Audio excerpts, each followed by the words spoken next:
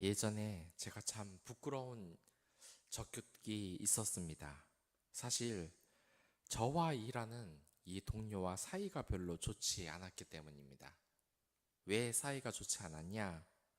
사실 일에 있어서의 그 책임은 저에게 다 있었습니다. 같이 일하는 동료였는데 이 일하는 동료의 의견을 취합하고 결정하고 그 많은 일을 다 감당을 해야 되는데 오로지 그 책임이 저에게만 다 있는 겁니다. 그런데 이렇게 책임이 많아지다 보면은 당연히 불만이 생길 수밖에 없습니다. 그러니까 일을 하면 귀찮은 건 다 내가 해야 되고, 그리고 제가 어떤 일을 하라고 시키면 반기를 들고 일을 하나도 안 하고, 이런 식으로 되다 보니까 자연스럽게 그렇게 사이가 좋아지지 않았습니다. 사이가 나빠진 건 그런 것 때문이었습니다. 제가 일은 다 해야 되고 그 일을 해야 할 때는 내가 책임자다 이런 식으로 몰아붙이고 내 말을 들어야 할 때는 그때부터는 자기가 예, 자기 의견을 적극적으로 내세워서 잘 일을 하지 않고 그런 것 때문에 제가 굉장히 이 속이 상했던 적이 있습니다. 여러분들 그런 게 있는 것 같습니다. 이 많은 일을 감당하는 사람에게는 그에 따르는 결정권을 어느 정도 줘야 할 것 같습니다. 이건 제가 경험을 해봐서 아는 건데 그 늘 그렇지 않습니까? 이제 초등학교, 중학교, 고등학교를 지나다 보면은 학급 위원장, 무슨 과 대표를 한다는 것, 아니면 회장을 한다는 게 결코 좋은 게 아닌 것을 나중에는 알게 됐습니다. 그거 하면 좋은 게 뭡니까? 늘 불려다니고 공부할 시간에 괜히 다른 시간을 내 가지고 반 아이들 챙겨야 되고 이런 수고를 하다 보니까 결코 하기 싫다는 게 사실입니다. 사실 그래서 이 과대표나 이런 회장을 하는 사람들을 보면은 굉장히 존경스럽습니다.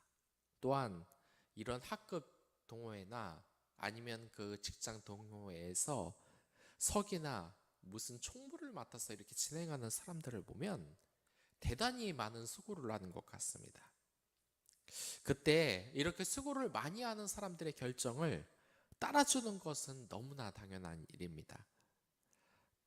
그게 아니라 힘든 일만 몰아두기만 하고 그 결정권을 하나도 주지 않으면 이게 학대가 아니고 무엇이겠습니까? 그때 솔직히 제가 너무 많이 잘못을 했습니다. 하지만 이런 것은 분명히 해야 될 것 같습니다.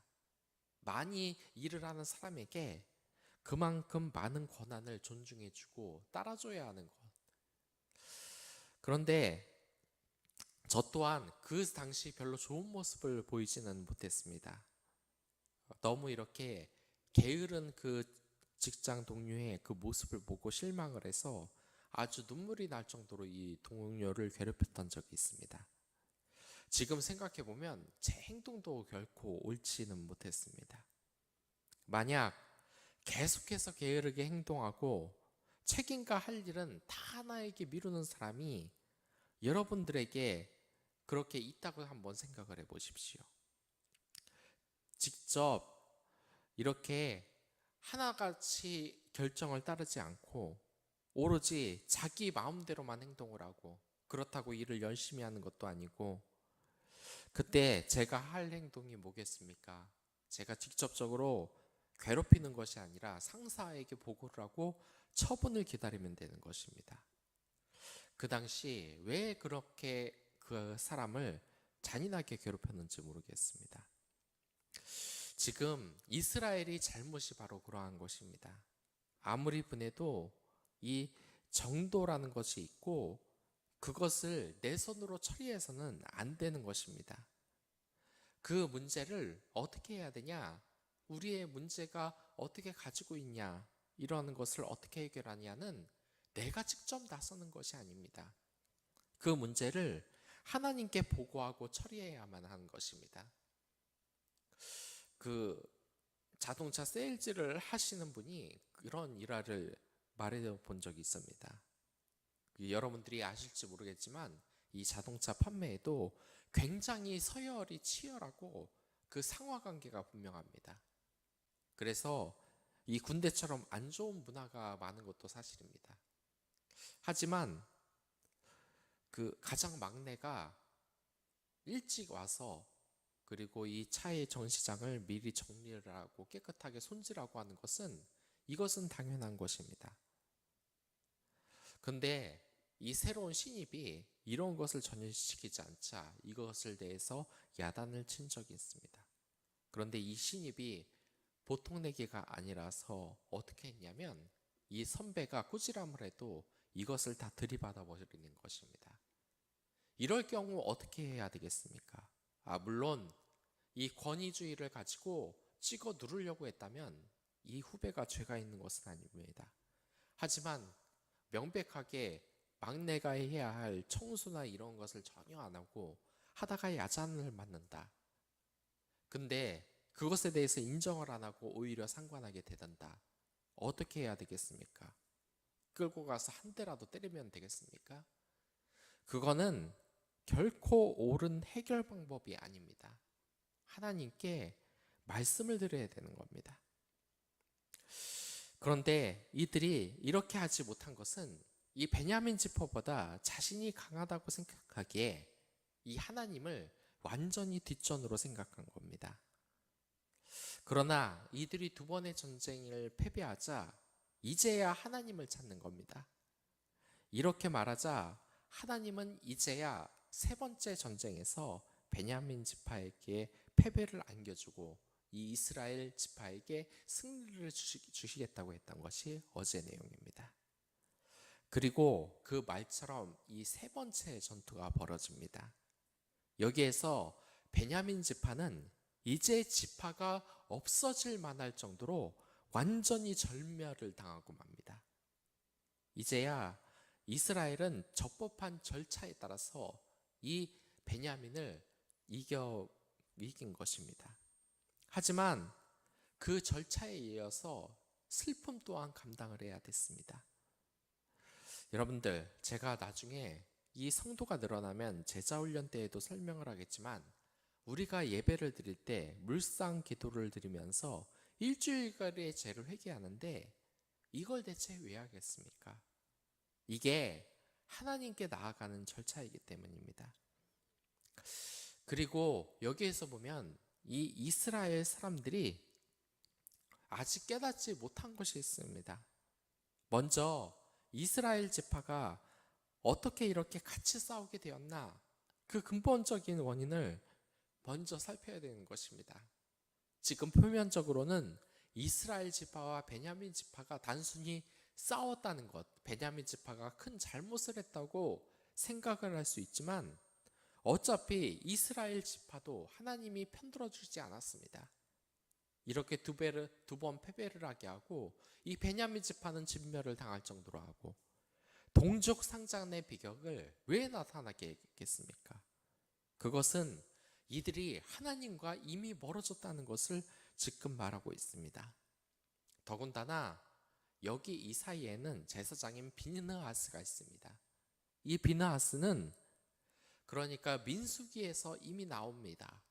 그러니까 시간 순서대로 보면은 민수기에서 이제 나중에 이 사사기로 넘어올 때 시간이 얼마 되지 않았다는 겁니다. 사실상 사사기 20장에 나오는 사건이지만 사사기 가장 앞에 놔도 되는 사건이라는 것입니다.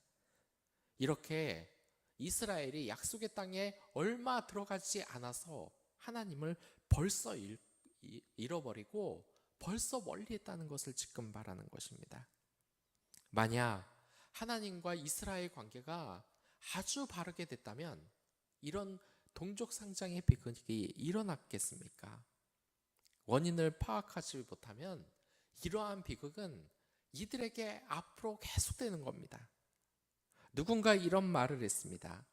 이 세상에 범죄가 만연을 하니까 이제부터 경범죄라도 짓는 사람을 다 사형시키자. 그러나 여러분들, 아무리 그렇다고 해도 이렇게 경범죄라도 짓는 사람들 다 사형시키면 이 세상의 죄가 없어지는 것입니까?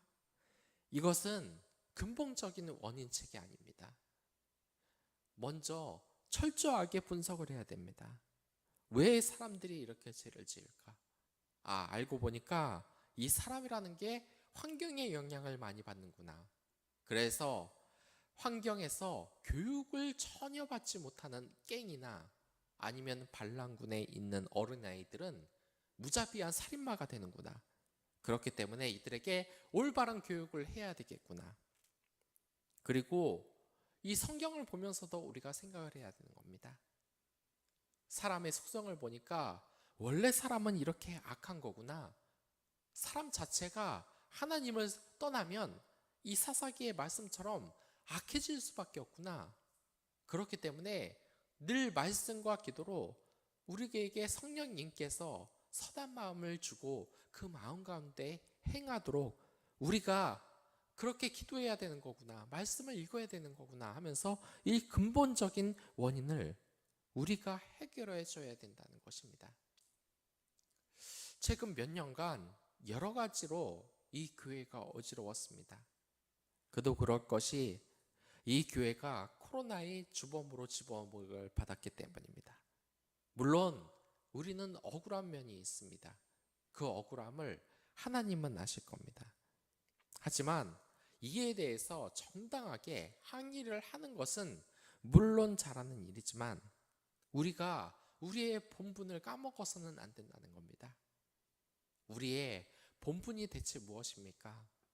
그것은 바로 이 세상에 구원받는 사람들, 이 사람들을 늘려야 되는 것이고, 이 세상이 이 이스라엘 지파와 베냐민 지파가 하나님에 멀어진 것처럼 왜 멀어졌는가? 그 근본적인 원인책을 우리가 생각을 해야 된다는 겁니다.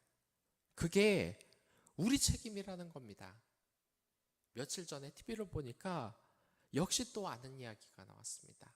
OECD 국가 중에서 직장 어른들의 이 자살률이 가장 높다는 것도 똑같고, 또한 중고등학생 자살률이 이 세상에서 1위 했다는 것도 똑같습니다. 왜 이렇게 자살이 많아졌습니까? 그 책임은 오로지 기독교인들에게 있는 겁니다. 한번 밖의 풍경을 한번 보시기 바랍니다. 이 밤에 불이 들어오는 십자가가 얼마나 많습니까? 하지만 그 십자가가 아무런 빛도 내지 못했다는 것은 바로 저와 여러분들의 책임이라는 겁니다. 우리가 이 사회에서 이 범죄를 저지르는 사람에게 막 욕을 할 것이 아니라 그 욕을 할 원인이 되는 사람이 바로 저와 여러분이라는 겁니다. 이 세상에 우리가 정말 잘했다면 이러한 비극은 생기지 않았을 텐데 하고 우리가 먼저 생각을 해야 되는 것입니다. 여러분들, 우리가 정말 이 세상에 이 책임감을 가지고 한탄하고 눈물을 흘려야 할 때입니다. 우리가 이런 회개의 눈물을 흘렸던 적이 대체 언제입니까? 이 이스라엘 지파가 잘못했다고 하나님에게 회개하는 것은 정말 얼마만이었겠습니까? 우리가 영적으로 정말 타락한 사람이 아닌가 한번 되뇌겨야 합니다. 물론 잘못한 사람들도 많습니다. 이 직장에서 나를 괴롭히는 사람들의 등욕을 하고 또한 범죄자들에게 욕을 할 수는 있습니다. 하지만 그들의 죄를 비난하기 앞서 우리가 그리스도인으로서 대체 이 세상에서 무엇을 했는가? 그것을 살펴보자는 겁니다. 우리는 우리의 정체성을 기억해야 합니다. 우리가 잘 되지 못하면 이 세상도 잘 되지 못하는 겁니다. 여러분들 회사에 다녀서 아시지 않습니까? 실적이 조금이라도 안 좋으면 압박을 받습니다. 우리 그리스도인은 물론 비유가 올바르진 않는 건 알지만 이 세상에 범죄가 많이 안 하고 그러면 그 책임을 우리가 압박을 당하고 우리가 압박감을 가지고 더 잘해야 나가야 되는 겁니다. 한 조직이 잘못되면 그 잘못은 그 팀원들이 아니라 그 팀장이라는 겁니다. 여러분들은 공의로운 심판관입니다. 그리고 만인 제사장입니다. 가장 대표적인 사람입니다. 그 인물을 여러분들 잊지 마시기 바랍니다. 철저하게 이 세상을 바라보고 기도하고 이 나라를 위해 여러분들 기도하시기 바랍니다. 내 이웃을 위해서 기도하시기 바랍니다. 그럴 때 이 세상은 하나님 나라로 변할 겁니다. 더욱더 구원받는 사람이 많아질 것입니다. 그럼 다 같이 기도하도록 하겠습니다.